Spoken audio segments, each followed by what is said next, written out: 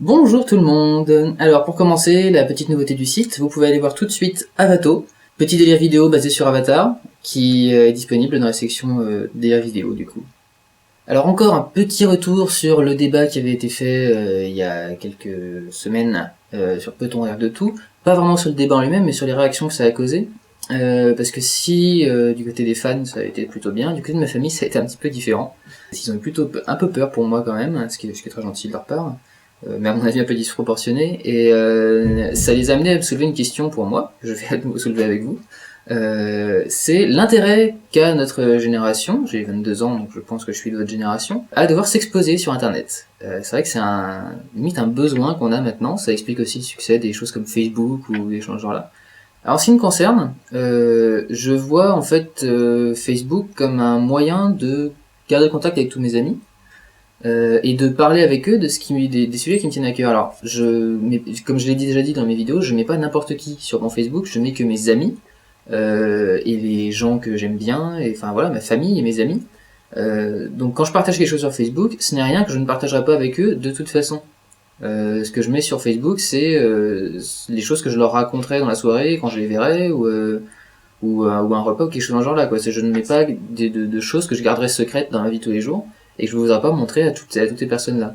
Alors notre adresse c'est aussi de pouvoir un peu plus mettre les moyens de décrire un peu ces blagues, par exemple ce genre de choses là que je viens de faire, ce genre de choses que j'aurais pu évoquer oralement, mais grâce à ce principe de vidéo et de blog, je peux aussi le montrer visuellement, je peux indiquer quelle est la blague que j'avais en tête et la réaliser pour de vrai. Je trouve que ça rajoute un petit plus, et moi j'aime, enfin voilà, si je pouvais le faire dans la vie de tous les jours, faire apparaître quelque chose autour de moi et faire le sketch que j'ai envie de faire, je le ferais vraiment volontiers, quoi. C'est quelque chose qui me tenterait beaucoup.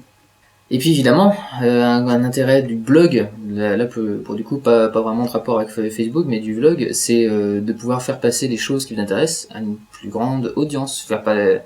Quand il y a des choses qui vous plaisent, que vous avez envie de partager, quand il y a des choses qui vous déplaisent, que vous avez envie de partager, c'est un moyen aussi de parler à plus de gens et de faire en sorte que son message soit entendu par autre chose que les convertis qu'on a en tant qu'amis, quoi, qui sont déjà ralliés à notre cause. Essayer de contacter plus de gens pour faire passer ses idées, qui moi me paraît intéressant. Alors en parlant d'audience justement, j'ai envie de me pencher un petit peu sur les gens qui regardaient la chaîne YouTube du Démon du Rire, pour découvrir un petit peu qui s'intéresse à ce qui se passe sur le site et comment c'est découpé. Alors un premier truc à constater, c'est qu'il y a beaucoup plus de garçons que de filles à regarder la chaîne du Démon du Rire, puisqu'il n'y a que 30% de filles à être sur la chaîne. Eh bien alors les jeunes filles, qu'est-ce qui se passe? On n'a pas envie de regarder le Démon du Rire, hein? Alors je sais que j'ai un humour qui a tendance à être un peu basé sur le cul pour beaucoup de choses, mais il y a beaucoup de filles qui parlent de cul. Moi je rigole de cul avec beaucoup de filles que je connais. Donc voilà, pourquoi vous ne venez pas? Venez, viendez. Alors la principale tranche d'âge à être représentée aussi sur le Démon du Rire, c'est les 13 à 35 ans. Ce qui est à peu près logique, puisque c'est mon âge actuel, dans les vingtaines d'années. Pour ce qui est des 13-17, c'est le registre d'humour que j'utilisais à l'époque où j'ai commencé le site, donc c'est normal que les vieilles créations plaisent beaucoup à ceux-là. Et puis il y a ma génération et la génération d'après qui sont peut-être plus intéressés par ce que je fais maintenant, c'est-à-dire les mythiques, les Star Wars qui sont beaucoup plus matures également. Alors je note quand même un étrange pic de 45-50 ans. Alors je sais pas, c'est peut-être mes parents qui sont en train de vérifier ce que je fais sur le site. Je ne sais pas d'où ils viennent. Si vous avez envie de me prévenir, si vous avez envie de m'expliquer pourquoi vous regardez les créations d'un petit con de 20 ans, je sais pas, envoyez-moi un message, faites-vous connaître, parce que autant les plus jeunes se font beaucoup connaître, mais les plus vieux pas trop. Donc je sais pas, envoyez-moi un petit message, dites-moi qui vous êtes, pourquoi vous regardez ça, est-ce que c'est pour être hype, pour être dans le même style que vos enfants, ou est-ce que c'est pas, peut-être d'autres raisons étranges. Surtout les personnes de plus de 65 ans, parce qu'elles sont minoritaires dans les graphiques. Mais il y a quand même des personnes de plus de 65 ans, alors expliquez-moi qu'est-ce que vous trouvez d'intéressant dans ce que je raconte. Oui, Fred, dépêche-toi, viens voir, il y a le petit jeune homme d'internet qui va montrer sa bite. Et puis il y a évidemment les pays dans lesquels sont visionnées les vidéos, donc en premier lieu il y a bien entendu la France, il y a ensuite la Suisse et la Belgique. Et alors je suis extrêmement déçu, il n'y a que 0,44% de Canadiens. Quoi, allez, est-ce que c'était donc qu'il attend, c'était... C'est mauvais, ta gueule. Alors enfin, faut que je vous remercie, puisque autant dans la dernière vidéo, on approchait des 100 abonnés, maintenant on approche des 200 abonnés. Donc merci beaucoup pour l'attention que vous portez au Démon du Rire et à tout ce que je peux faire dedans. Donc au sujet de l'attention que vous portez au démon du rire, nous passons maintenant à Durandal vous parle de ses cadeaux.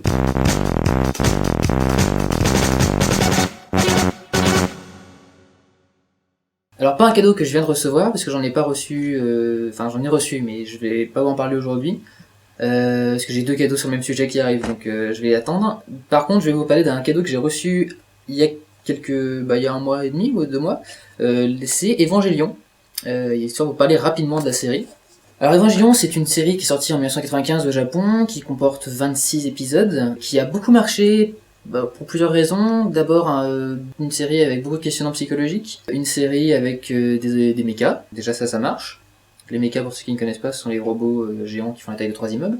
Également pour la présence de nombreuses jolies filles au casting de la série, bien sûr. Et puis d'un héros qui comporte des failles. Alors un héros qui est sans doute le héros le plus énervant jamais créé dans un manga. Shinji, t'as trop un gros bombasse sexuel qui veulent tout coucher avec toi et tu vas devoir te battre dans un robot de 3 mètres de haut. Papa m'aime pas.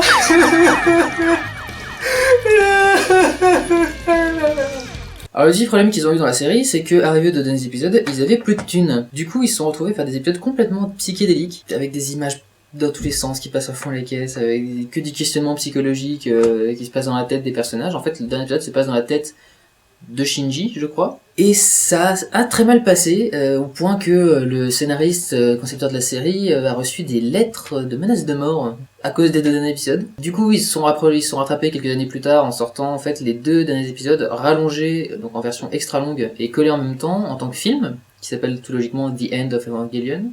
Sauf qu'en fait, arrivé à la fin de l'animé, le scénario restait quand même extrêmement difficile et pas très clair. Ça s'améliore pas avec les mangas qui sont pas forcément beaucoup plus clairs que la série. Du coup, ils ont décidé de se lancer dans la réadaptation de toute la série en film.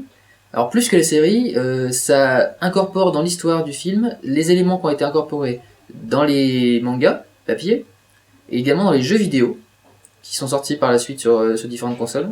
Et donc il réintègre en fait tout ce qui fait partie de la partie de la mythologie d'Evangelion, il réadapte certaines choses et il modifie certaines passes du scénario.